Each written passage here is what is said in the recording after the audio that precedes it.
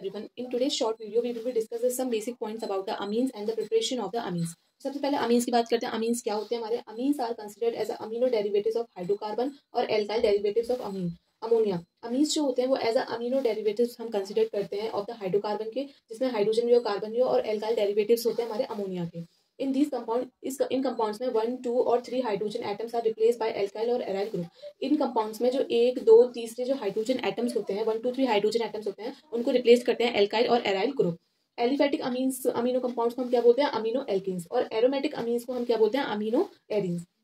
तो ये हो गए हमारे बेसिक पॉइंट्स अबाउट द अमीन. अमीन की डेफिनेशन क्या है, अमीन्स क्या है, और एलिफेटिक अमीनो को कंपाउंड को हम क्या बोलते हैं, और एरोमेटिक अमीन्स को क्या बोलते हैं. इसमें एग्जांपल है CH3NH2, C2H5NH2, C6H5NH2 etcetera.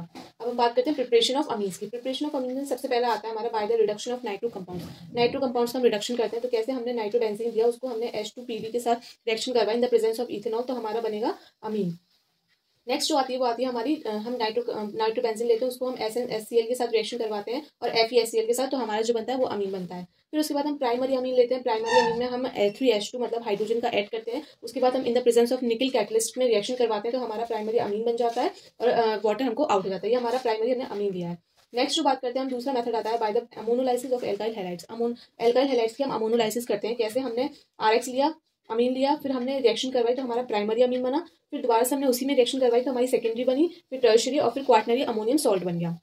Next जो मैंने एक लाइन लिखी है वो लिखी था, free amine can be obtain from the ammonium salt by treatment with the strong base. जो फ्री अमीन है उसको हम कैसे ऑब्टेन कर सकते हैं? उसको हम अमोनियम सॉल्ट से ऑब्टेन करते हैं जब उसका ट्रीटमेंट कराएंगे. हम ट्रीटमेंट करेंगे बाय द स्ट्रॉन्ग बेस के साथ. स्ट्रॉन्ग बेस के साथ हम कौन सा ले सकते हैं स्ट्रॉन्ग बेस? सबसे स्ट्रॉन्ग बेस हमारा NaOH होता है, सोडियम हाइड्रोक्साइड. तो RNH3X के साथ हमने NaOH का रिएक्शन करवाया which is the strong base. तो हमारा जो होगा वो हमें मिल जाएगा फ्री अमीन RNH2, वाटर मिलेगा और NaX हमारा बाहर आउट होगा. तो ये थे हमारे प्रिपरेशन ऑफ द अमीन्स.